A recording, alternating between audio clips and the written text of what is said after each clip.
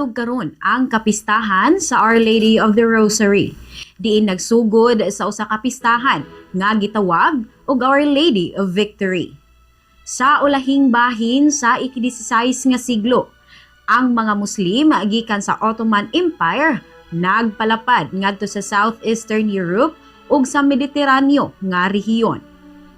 Niadtong 1571, si Pope Pius V, usa ka Dominican, nagpurma og alyansa tali sa Papal States, Spain, Venice ug uban pang gagmayng Kristohanong estado nga gitawag og Holy League.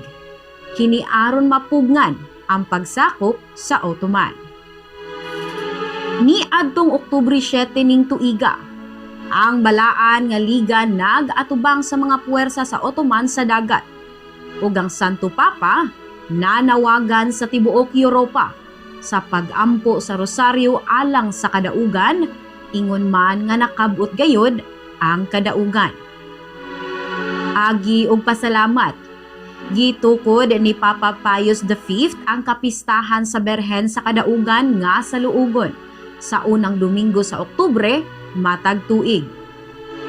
Paglabay sa duha ka tuig, giilisa ni Papa Gregory XIII ang kapistahan sa labing balaan nga rosaryo. Nuestra Señora del Rosario, Nanutan sa mong paglapigot, sa imo mabot na idulot. Tuig 1671, ang kapistahan gipalapdan sa tibok Espanya ug sa 1716, human sa laing importante nga kadaugan batok sa mga Muslim, kini gipaabot sa tibuok simbahan.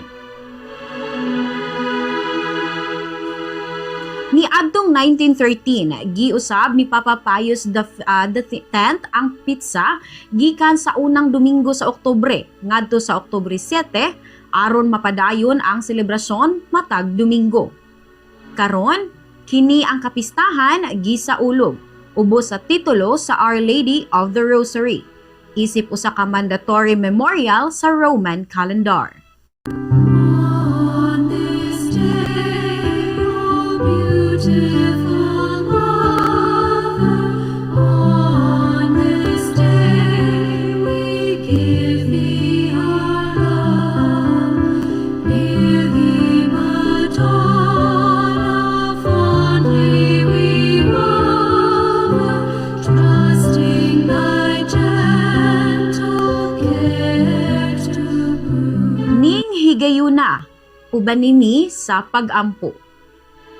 Minahal nga Berhen sa Rosaryo, imong gitugyan kining santos nga pag-ampo kang San Domingo ug pinaagi kaniya sa tibuok kalibutan.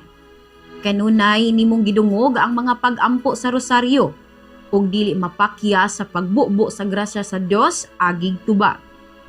Iampo mo kami nga hingpit namo nga masabtan ang gahom sa Rosaryo ug dili gayud magpasagad sa pagpatuman sa among katungdanan sa pag-ampo niini kada adlaw.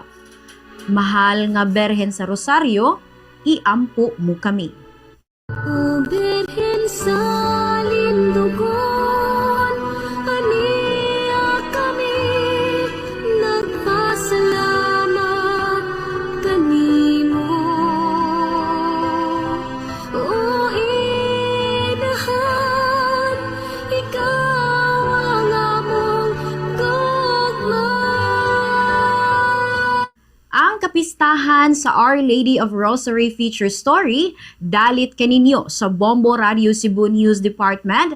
Kini na lang si Bombo Irene Ardiente, and this is Bombo Radio Philippines, the number 1 and most trusted source of news and information. Basta Radio, Bombo!